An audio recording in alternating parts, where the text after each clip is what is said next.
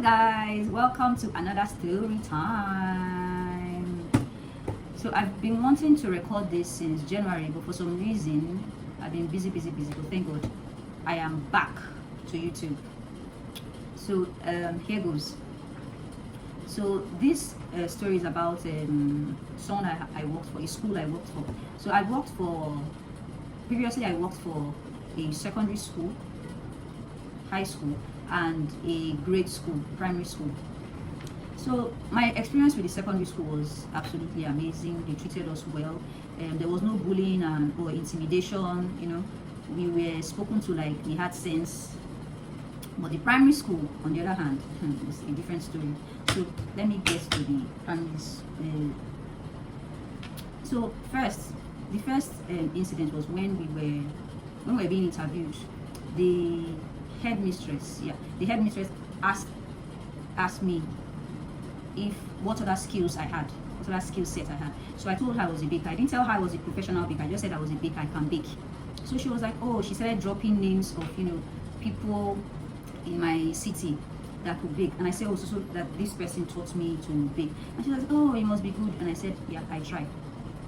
So that incident passed. She now said, no, sorry. She said I would be in charge of the arts and crafts, this thing that the parents were paying for the clubs and everything. So I thought, okay, extra money, so she's going to pay us extra for teaching them arts and crafts.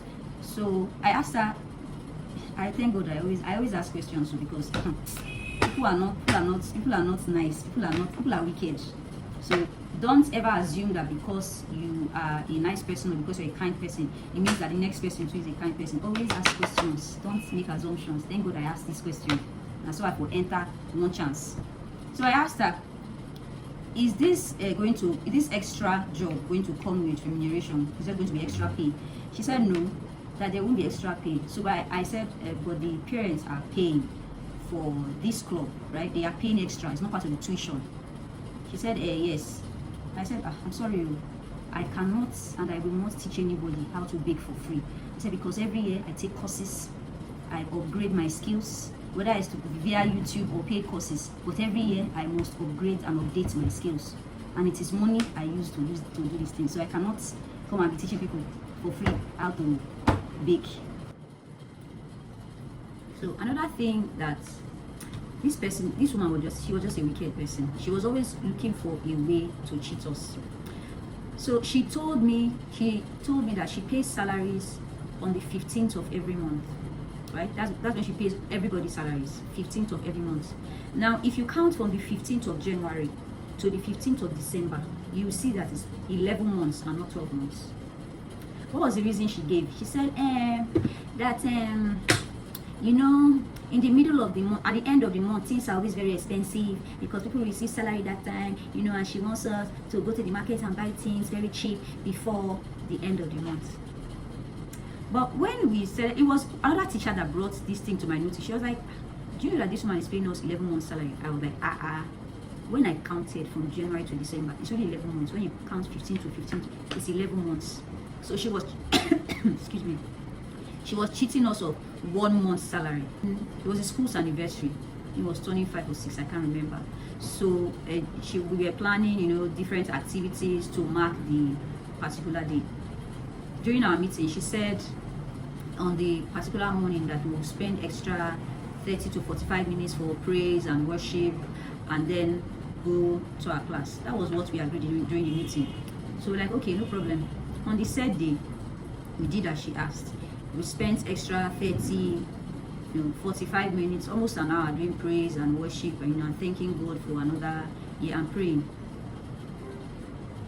Tell me why at the end of this day, on that particular school day, we were carrying our bags to leave, and this woman told a teacher to call us back for praise and worship, for the anniversary praise and worship, which we already did in the morning.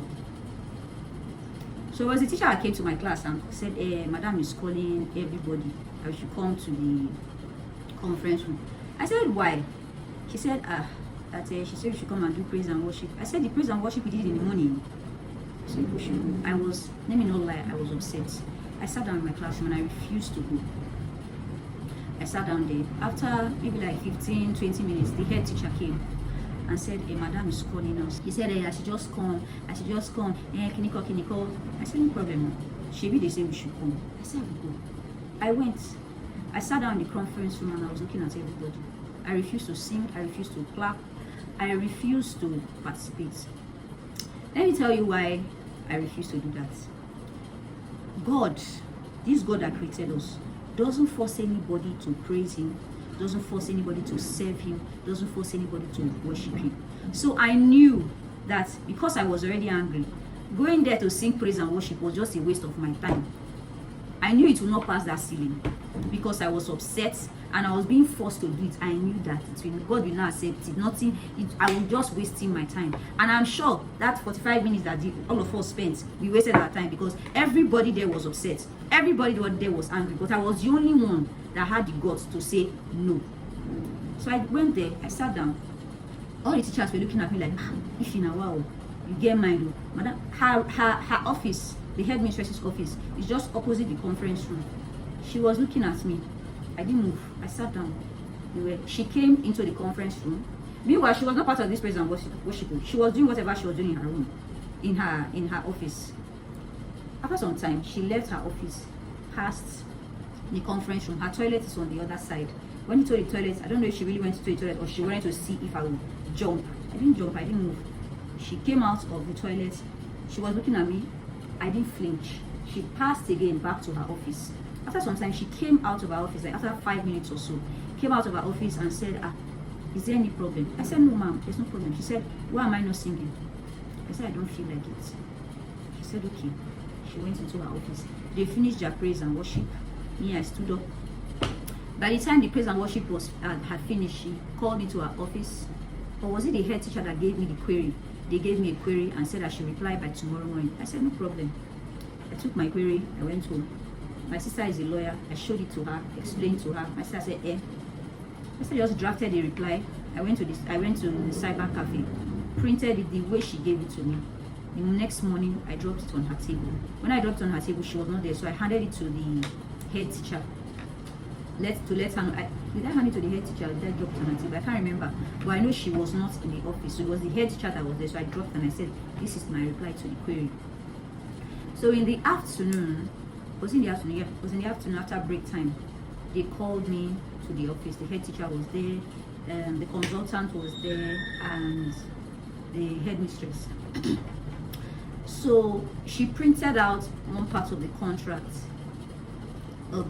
that said, and whatever the headmistress tells you to do, you are supposed to do it. Blah, blah, blah, blah. So she gave it to me. I read it. I said, yeah. She said, "What do you understand by that?" I said, "What I understand is that my duties, you employed me here to teach. Anything outside of that is not my business. Praise and worship is not why I came here. Praying is not why I came here. My primary duty is to teach." She looked at me. She didn't know what to say. I said, "That's part of the contract means. If you tell me how to teach your students, I'll teach your students." I said, "But forcing me to pray and forcing me to worship, I'm sorry, that's not part of the contract." Now she looked me, now I look at her. She now saw that bullying will not work, intimidation will not work. It takes a lot to bully me.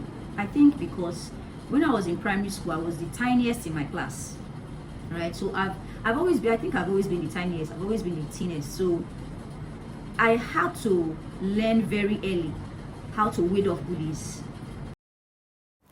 Hey guys, so I didn't want this video to be too long, so I'm going to make this story into 2 parts. So watch out for the second part of this video next week, Sunday.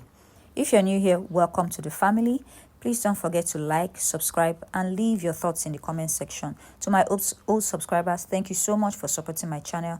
Until next time, till next week, Sunday, bye.